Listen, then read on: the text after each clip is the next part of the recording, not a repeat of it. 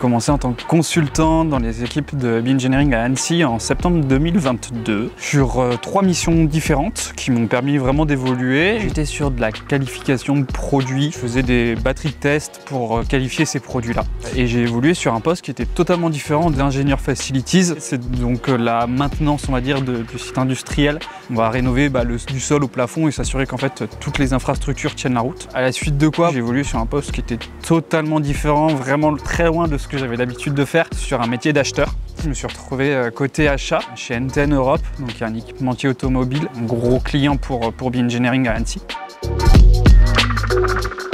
Début d'année 2024, je me suis posé beaucoup de questions sur mon évolution professionnelle. J'adorais le fonctionnement de Be-Engineering et je trouvais que c'était une très bonne société de conseil, je m'y retrouvais bien. Je voulais me stabiliser finalement sur Annecy. On m'a proposé le poste d'ingénieur SOS pour support opérationnel et stratégique, qui fait partie de la direction de la performance. C'est pas mal de choses que je voulais développer parce que c'est pour améliorer le bien-être des consultants et je trouvais que c'était quelque chose qui était assez intéressant. On est vraiment là en support des opérationnels, donc des ingénieurs d'affaires, sur le quotidien, au travers de différents projets. Dans mon scope aujourd'hui, j'ai la gestion des contrat cadre industrie à l'échelle de la France, j'ai la gestion de la Bismart et j'ai la gestion de la Binnovation, des projets de digitalisation. Donc voilà, c'est vraiment des sujets très transverses à Be-Engineering à l'échelle de la France et on essaye de mutualiser tout ça.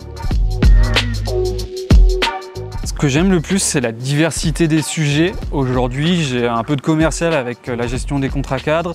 J'ai un peu de juridique aussi au travers de cette partie-là. Et essayer de mettre en place des nouveaux outils pour augmenter la performance de vie. La partie mécénat de compétences, qui est hyper cool sur des sujets environnementaux. La Bismart, où on va essayer de mettre à profit les compétences des consultants. Où on va retrouver des personnes vraiment expertes dans leur domaine. Donc des personnes qui vont avoir plutôt un profil senior, qui vont pouvoir accompagner des personnes un peu plus juniors, un peu moins expérimentées, ou sur la partie recrutement également.